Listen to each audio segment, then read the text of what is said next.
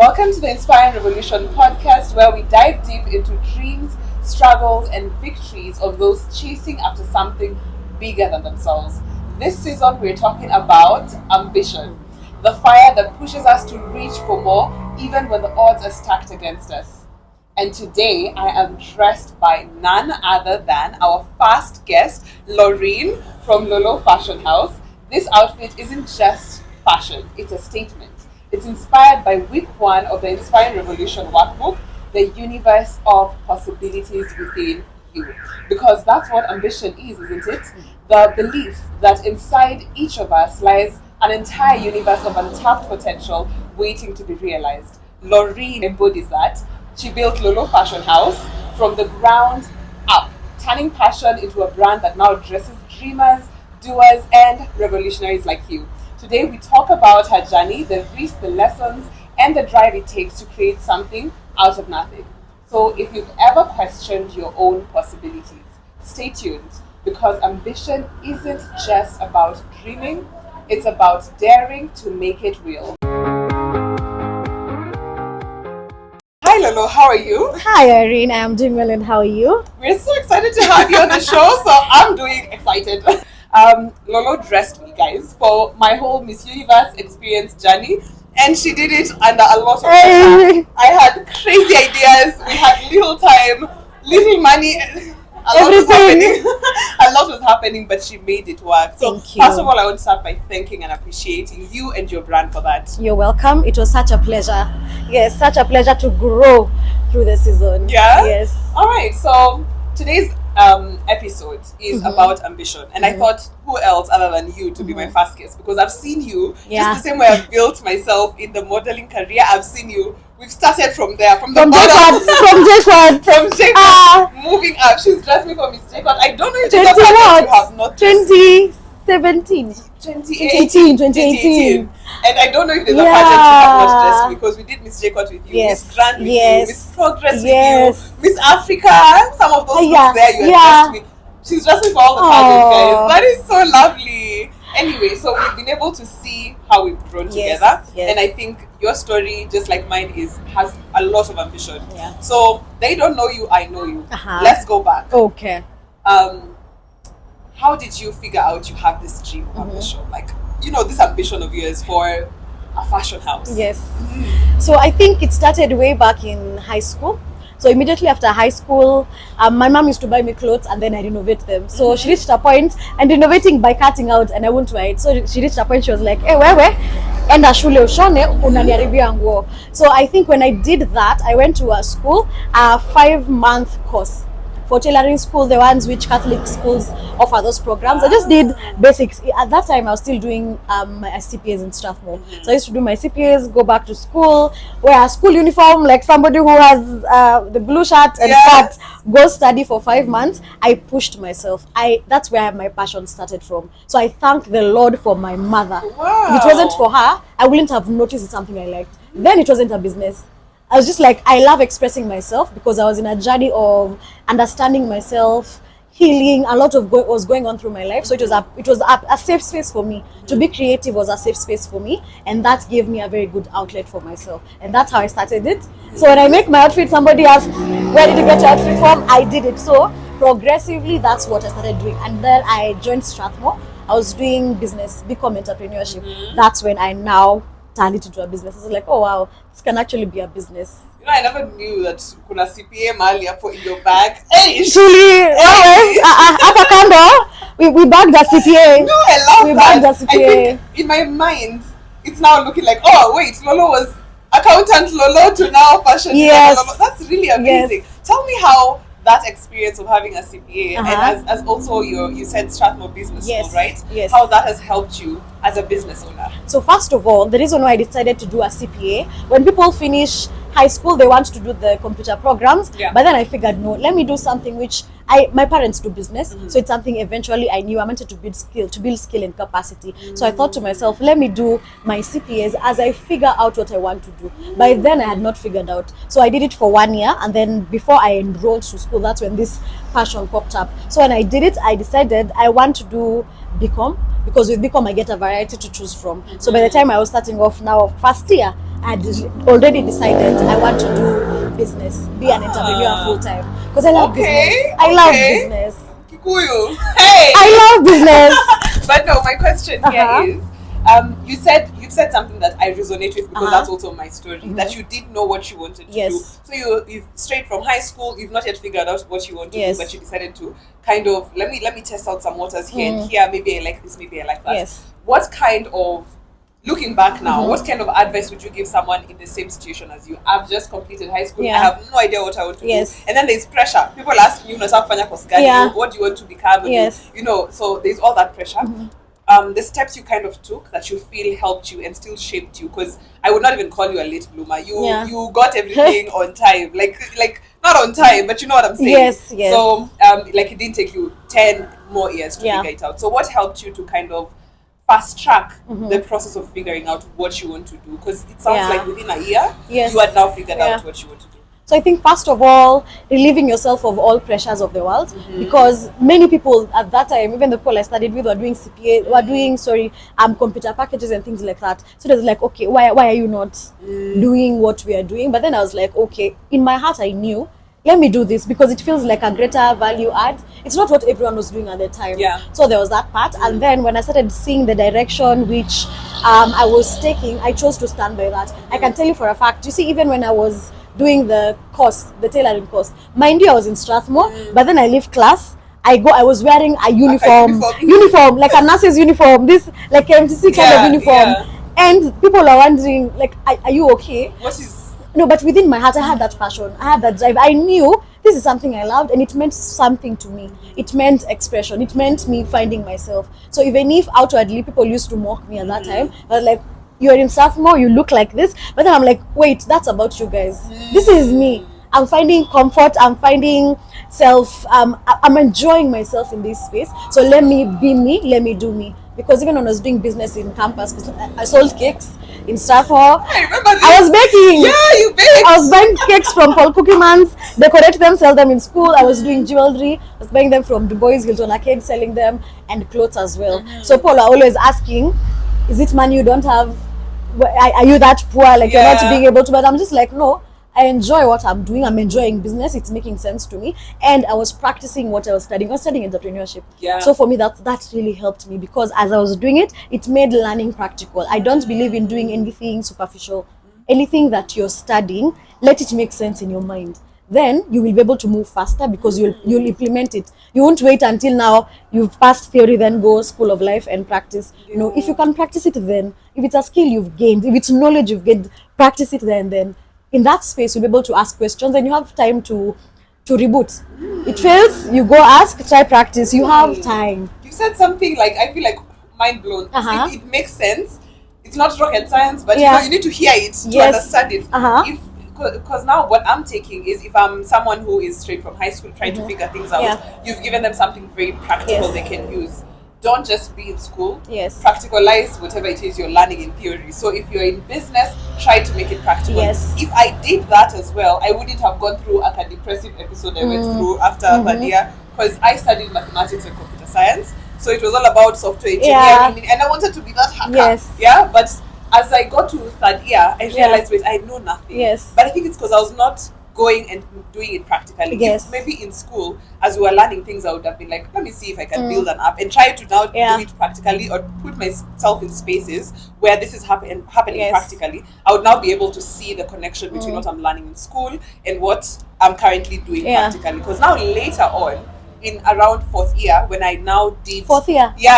I took time. So around fourth year, when now I did when I was doing like I had done a bit of building of applications. Whatever I was learning made sense. Like it now was fulfilling, and it really sped up my learning journey. And it sounds like that's exactly what happened for you in BCom. As you are doing this other businesses, you got to practicalize those skills. So it became something that you can use, something of value immediately.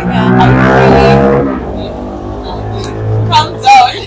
But yeah, I really love that. Guys, we are at her workshop slash studio or shop, so there's gonna be a little bit of we're just on the road, so bear with us.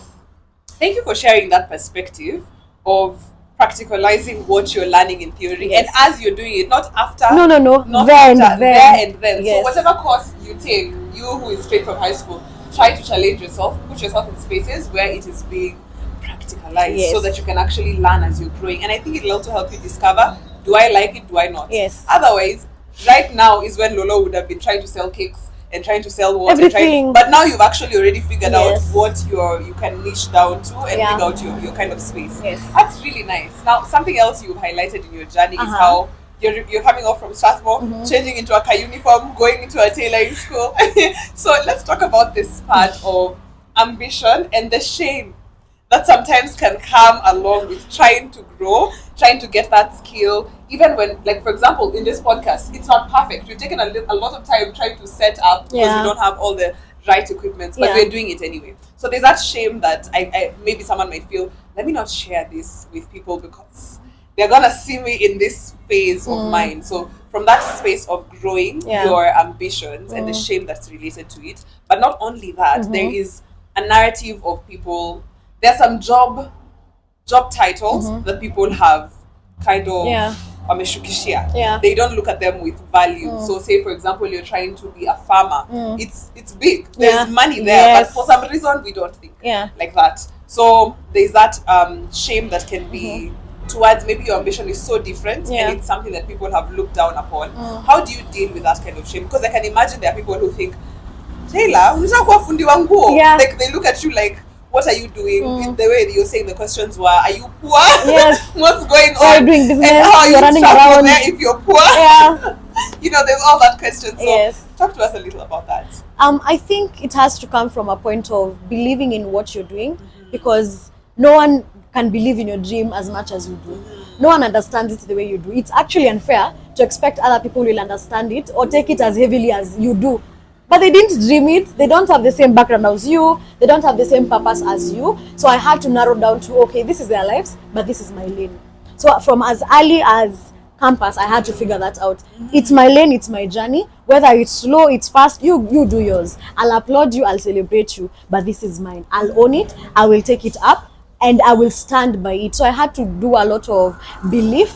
Of course, there are the moments of self-doubt because you're like, because I remember during COVID, around 2020, when I had finished school, my mom told me, she told me, you either come back home or you stop business. Like, give me your CVs.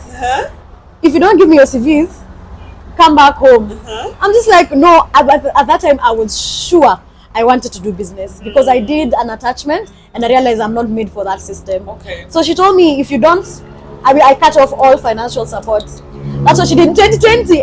And I'm an only child and I'm a girl. I was like, Mom, COVID. why? That was The Jan, worst that time. was around Jan Feb. And I was like, you know what, Mom, you've taught me to believe in what I want. And I have been working on this thing. I believe in it so much. And I told her it's okay. They leave mashinani ndani. So if I went back home, I did not do business at all. So I was like, let me take this risk. I'll take this risk on myself. I believe in this dream. I have seen the vision, because the more you think on something, the more you practice it, the vision grows. What I'm doing now, or the ambition I have concerning the business now, I didn't have it then. Yeah. It continues to grow the Wow. more you see things. Wow. So that's the time I was like, no, I'm not going back home. And trust you me, I never went back home.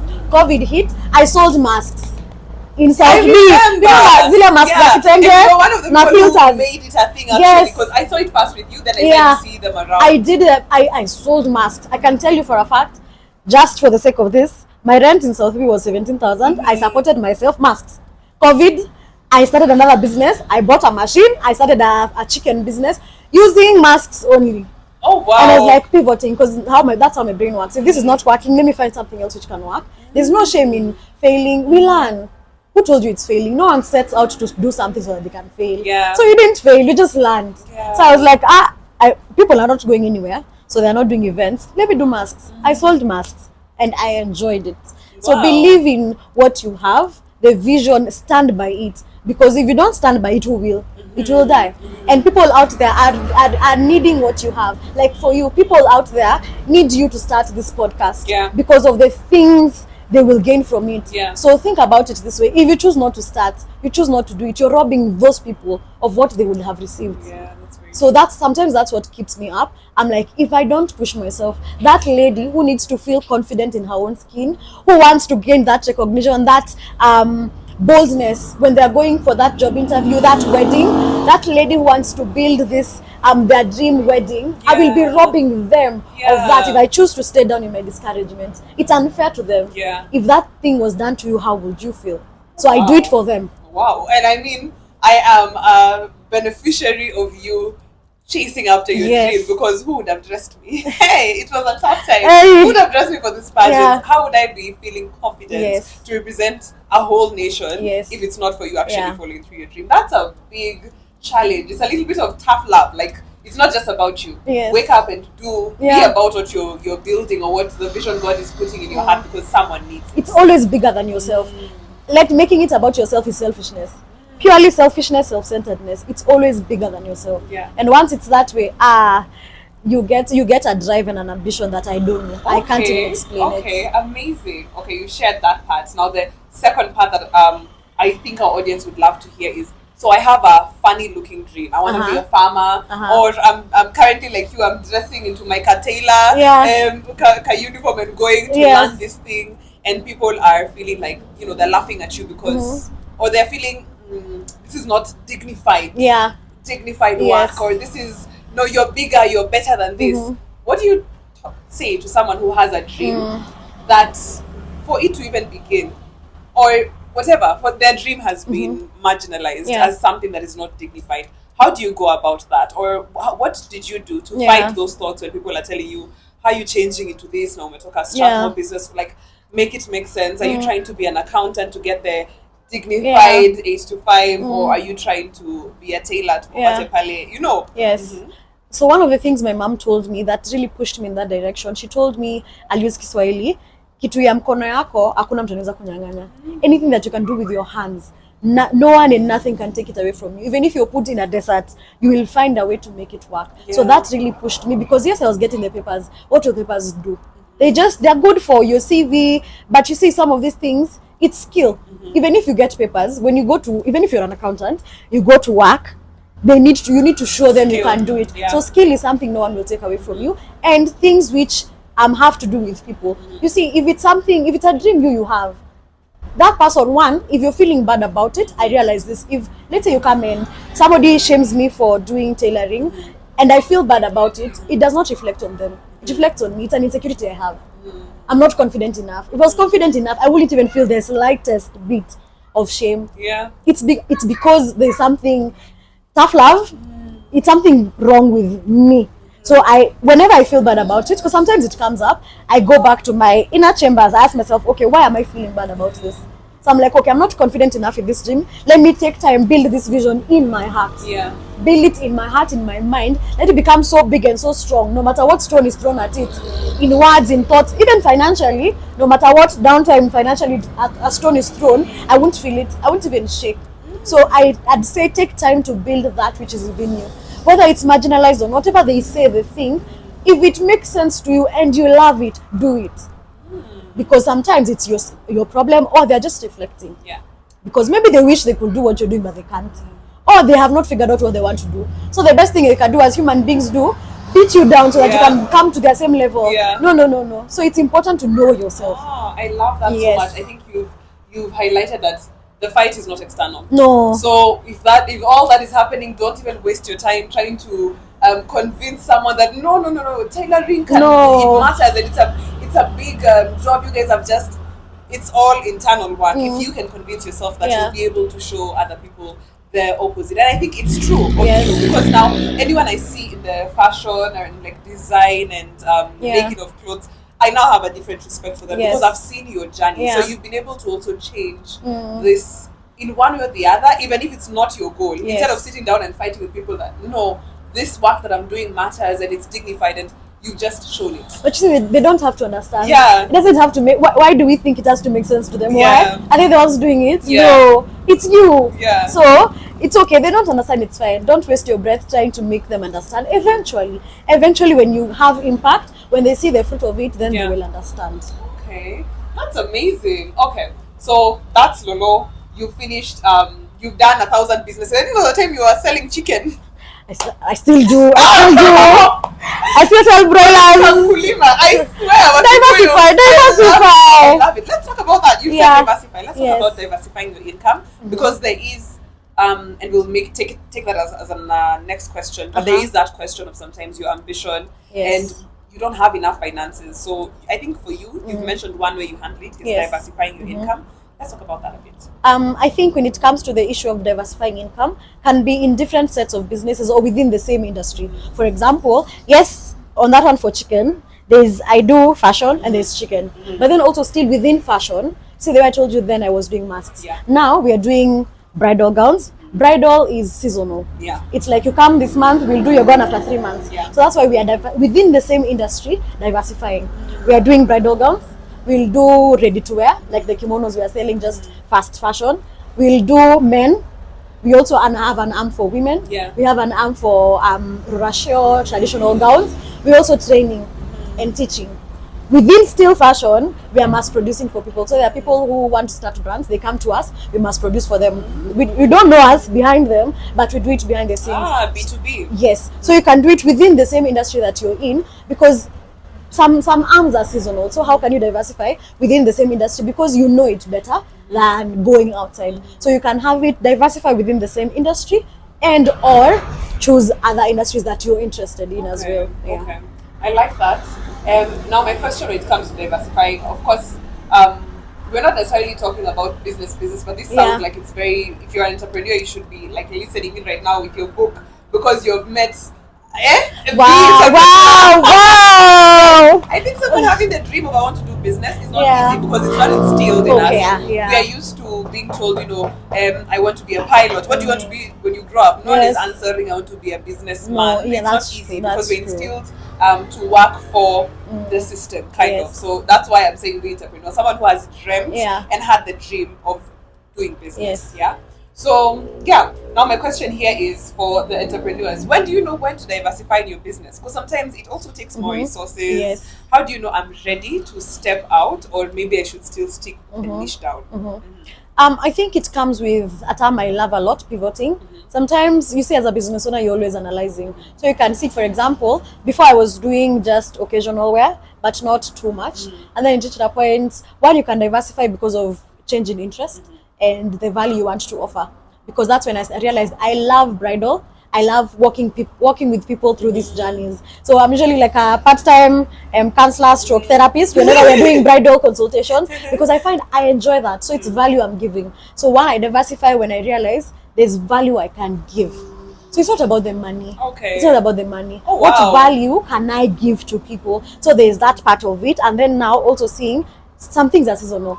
So come in bridal gown, as I've told you, you'll come today, your wedding is in 3 months, 4 months. So there's that. That may not make too much business sense unless I have so many brides, because you need to pay rent. There are these overheads that you need to continuously sort. So that's when a business idea will come about. Okay, let me sell something which is fast selling. The kimonos, Ankara, you want to somebody that doesn't need measurements because custom made is a process. But then what if I come up with an item that we don't need the whole process?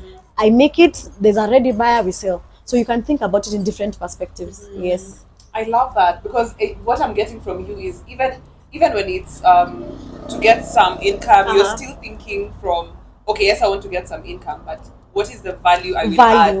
So if it's the time for mass, there was value in what you would be selling. So I really appreciate that you've said it's not really about money. Even if you are trying to make money as an entrepreneur, it's about the value you're going to add. Money, it won't keep you up. It won't make you stretch your legs or That's go out there when it's raining or your feet are sore or your back is sore, your mind is straining. But the value that you want to give people, the impact, that you always have to have a why. And for all the arms I've told you about, I have a solid why behind all of them that I cannot be convinced otherwise about. Wow. Yeah. Okay, that's powerful. Always have a why.